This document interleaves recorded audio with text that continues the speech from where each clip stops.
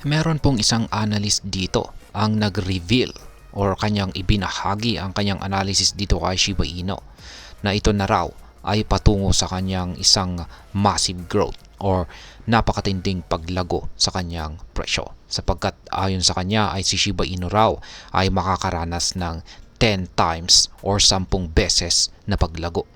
At ayan po ang siyang ating pag-uusapan sa video na ito. Pero bago po tayo magpatuloy ay nais ko lamang po munang bigyang linaw ang aking disclaimer kung saan ang nilalaman po ng video na ito ay hindi po ito isang financial advice. For education and information purposes lamang po ang layunin nito.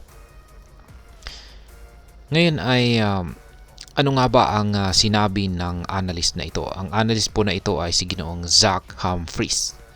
At meron po siyang sinabi tungkol kay Shiba Inu sa potensyal nito na paglago. Yan, si Ginoong Zach Humphreys na isang kilalang crypto analyst ay nag-post po sa social media. Sinasabi po niyang possible daw ang 10 times na price surge or pagtaas ni Shiba Inu mula sa kasalukuyang presyo nito ngayon.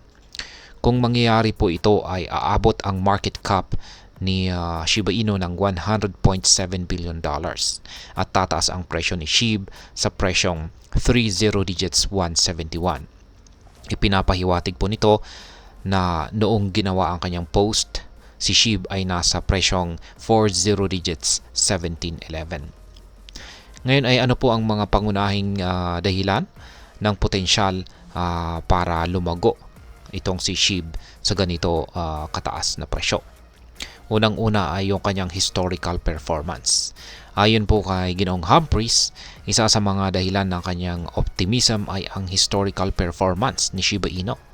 Noong taong 2021 ay nagkaroon po ito ng napakalaking pagtaas na nagbigay ng malaking kita sa mga investors.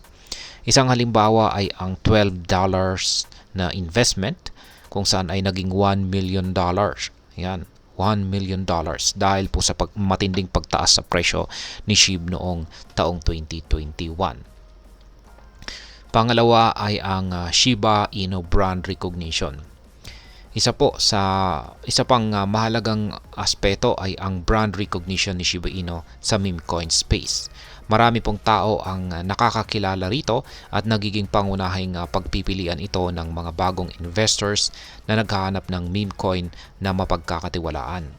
Ang malakas na community na sumusuporta po kay SHIB ay patuloy na nagpapalaganap ng kamalayan tungkol dito na siyang nagdudulot po ng pagtaas ng demand mula sa mga bagong investors. Pangatlo ay itong Shibarium potential kay SHIB. Ipinaliwanag din po ni Ginoong Humphreys ang potensyal na epekto ng Shibarium. Ito po ay isang layer 2 blockchain ni Shiba Inu. Ayan. At ang pinanggit po ni Ginoong Humphreys ang posibleng epekto nito sa magiging presyo ni SHIB. Ngayon, ang Shibarium po ay idinisenyo upang mag-burn ng SHIB gamit ang bahagi ng mga transaction fees nito.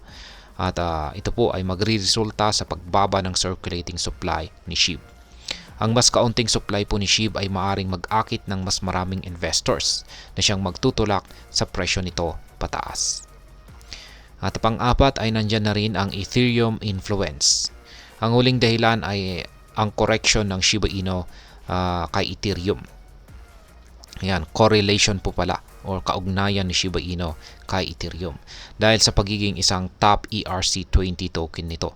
Ayon po sa datos mula sa Into the Block, mayroong 81% correlation itong si Shiba Inu kay Ethereum sa nakalipas po na 30 araw or 30 days. Ibig sabihin ang pagtaas po ng presyo ng Ethereum ay malaki ang posibilidad na makakaapekto sa presyo na rin ni Shiba Inu. Kung mag-rally ang presyo ni Ethereum, maaring sumabay na rin itong si Shiba Inu sa pagtaas nito. Ngayon ay ano naman po ang aking masasabi tungkol dito. Napaka-interesting naman po ang mga puntos ni Ginoong Zach Humphreys dito tungkol sa potensyal ni Shiba Inu. Habang may mga factors na binanggit niya ay may mga batayan, mahalaga pa rin na maging maingat sapagkat ang cryptocurrency market ay notorious sa pagiging volatile at hindi po garantiya ang nakaraang performance na ito rin ang siyang magiging resulta sa hinaharap. Kaya mahalaga po na mag-research pa rin at mag-ingat sa pag-i-invest. At ayan, hanggang dito na lamang po tayo sa video na ito mga ka-crypto.